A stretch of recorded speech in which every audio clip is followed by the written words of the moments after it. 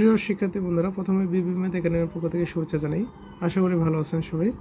আজকে যে টপিকস নিয়ে কথা বলবো, যে আমরা একটি পূর্ণবর্গ সংখ্যা কিভাবে নির্ণয় করব, বা একটা সংখ্যা দেওয়া রয়েছে, এটা পূর্ণবর্গ সংখ্যা হবে কি না, এমন কিছু টিপস জানবো।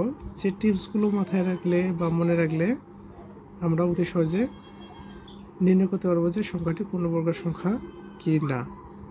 আচ্ছা, আসুন আমরা দেখি ওই টিপসগুলো কি কি। টিপসগুলো দেখি। টিপস 1, একক স্থানীয় অঙ্ক যদি কি হয় 0, 1, 4, 5, 6 বা 9 হয়, তাহলে পূর্ণবর্গ হতে পারে। তবে বলছে কি, যদি শূন্য থাকে, সংখ্যার শেষে যদি শূন্য থাকে, তবে সেটা কি থাকবে, জোড়ায় জোড়ায় থাকবে, হয় দুটা থাকবে, না হলে চারটা থাকবে, হ্যাঁ, এভাবে থাকবে।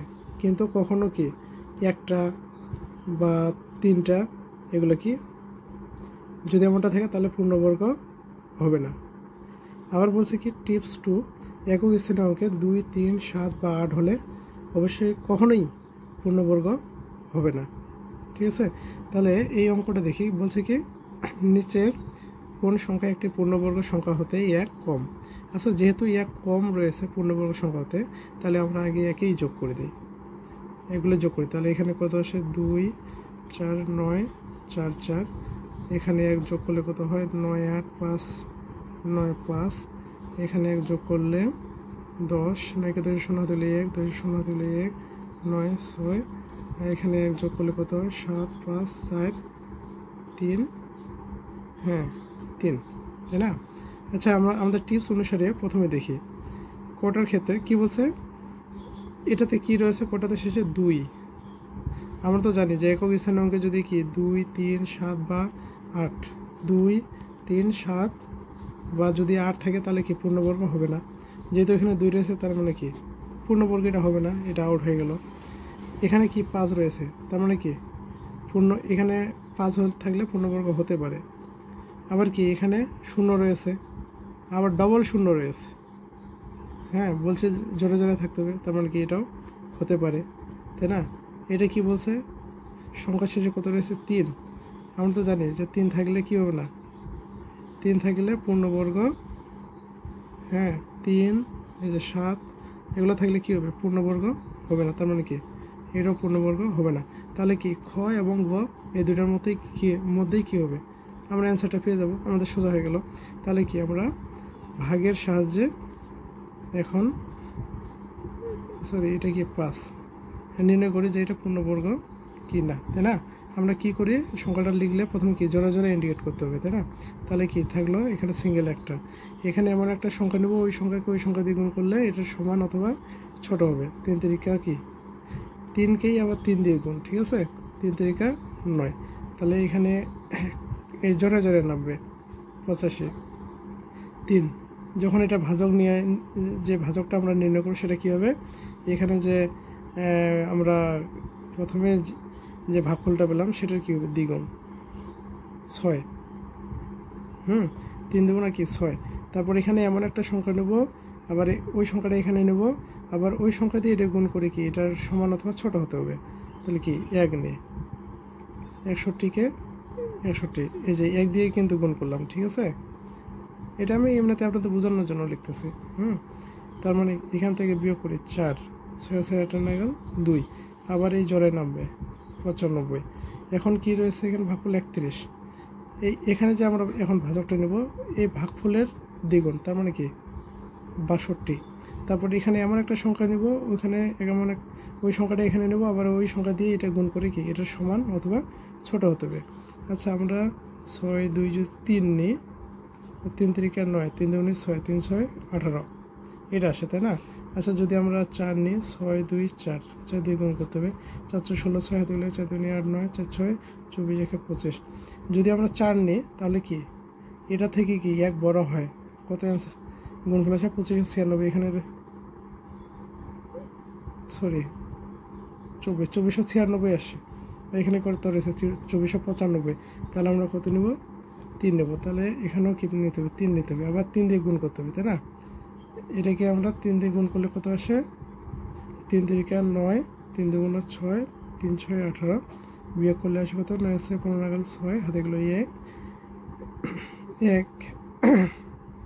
7, 7 আছে 9 লাগে 2, 8 আছে 14 লাগলো কত 6। তার মানে কি এটা চলতে থাকবে, হ্যাঁ, এটা মিলবে না, ঠিক আছে। তার মানে কি এটা পূর্ণবর্গ কি, এটা কি পূর্ণবর্গ হতে পারবে? এটা পূর্ণবর্গ হতে পারবে না, কিন্তু ফ্র্যাকশন আসবে।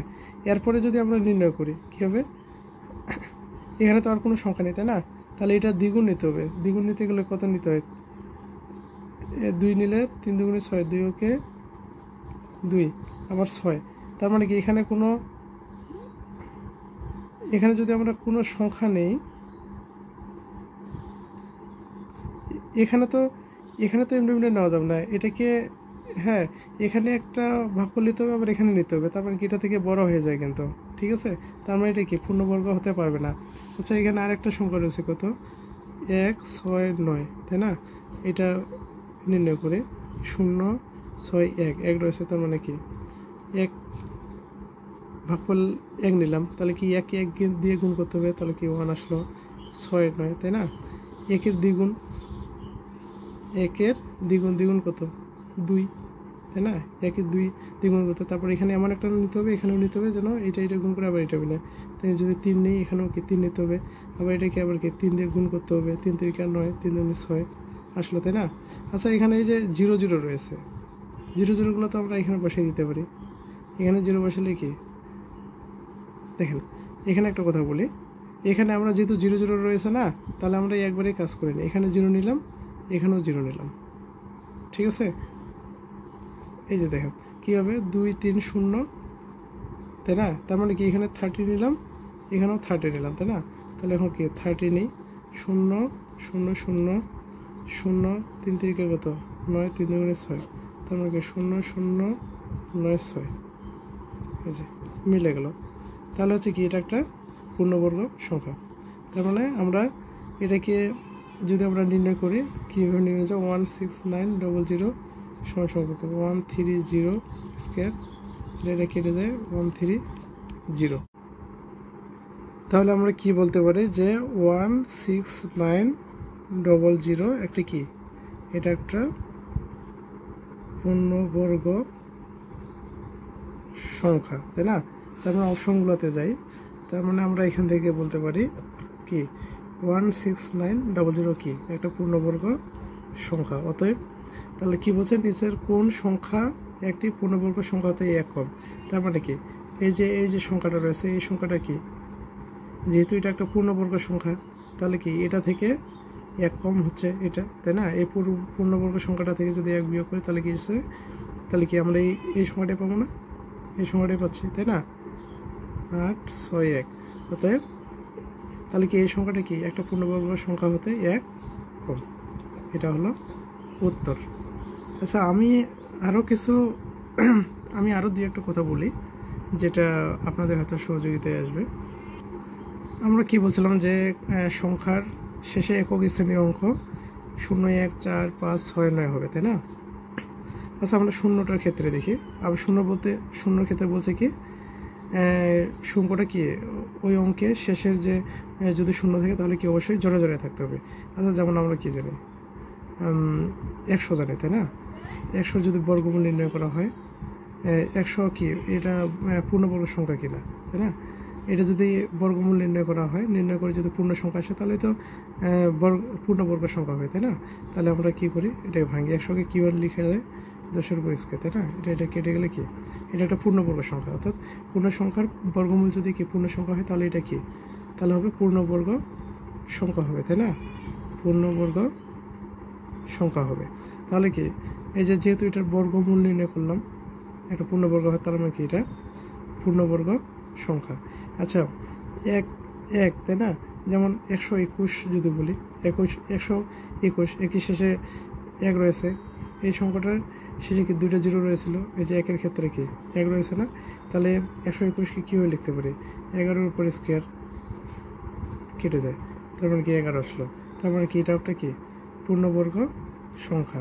আচ্ছা, কি রয়েছে, যদি 4-এর ক্ষেত্রে দেখি, একটা সংখ্যা দেখি 64 শেষে 4 রয়েছে, এটা যদি বর্গমূল নির্ণয় করি, কি হবে 8-এর উপর স্কোয়ার সমান কি অতএব কি এটা একটা কি পূর্ণবর্গ সংখ্যা, তাই না? বর্গমূল একটা পূর্ণ সংখ্যা।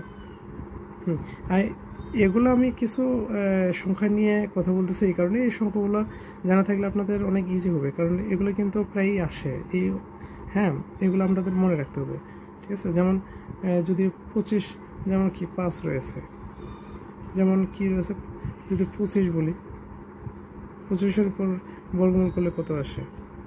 5-এর উপর স্কোয়ার রুট করে 5, তাই না? তার মানে কি এটা একটা পূর্ণবর্গ সংখ্যা। যেমন 6, 36, এর রুট করলে কত আসে? 6-এর উপর স্কোয়ার, তার মানে কি 6, তাই না? যেমন হচ্ছে কি যদি 9 থাকে শেষে, 9 বলতে কেমন, 1 6 9, 1 6 9 মানে 169, তার মানে কি 13-এর উপর স্কোয়ার, এটা কেটে গেলে কি কত আসে? 13। এগুলো আপনাদের জেনে রাখতে হবে। জাস্ট আমি এই যে 0, হ্যাঁ, 0 1 4 5 6 9 এগুলো থাকলে যে পূর্ণবর্গ সংখ্যা হতে পারে সে বিষয়ে একটা সংক্ষিপ্ত ধারণা দিলাম। ধন্যবাদ সবাইকে, সবাই ভালো থাকবেন।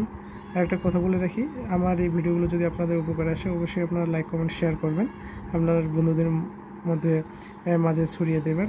বিবি ম্যাথ সবসময় চাই আপনাদেরকে পূর্ণাঙ্গ জিনিস শেখানো, থিওরি প্লাস গাণিতিক প্রবলেমগুলো কীভাবে সলিউশন করা যায় সেভাবে, এবং প্রিলিমিনারির জন্য কীভাবে শর্ট টেকনিক ইউজ করে কোশ্চেনগুলো, গাণিতিক সমস্যাগুলো সমাধান করা যায় সে বিষয়েও কিন্তু আমরা বিবি ম্যাথ দিয়ে থাকি। অবশ্যই আপনারা যদি বিবি ম্যাথের সকল ক্লাসগুলো ফলো করেন, আশা করা যায় অন্য কোথাও আর দৌড়াতে হবে না, আপনারা পাশাপাশি একটা ম্যাথমেটিক্সের উপর একটা সুন্দর একটা প্রিপারেশন নিতে পারবেন। আশা করি আপনারা বিবি ম্যাথের পাশে থাকবেন এবং সম্পূর্ণ ক্লাসগুলো দেখবেন। ক্লাসগুলো আমরা চেষ্টা করি সিরিয়ালি আপলোড করার জন্য, এদিক ওদিক হয়ে গেলে আপনারা একটু দেখে নেবেন। ধন্যবাদ সবাইকে, ভালো থাকবেন।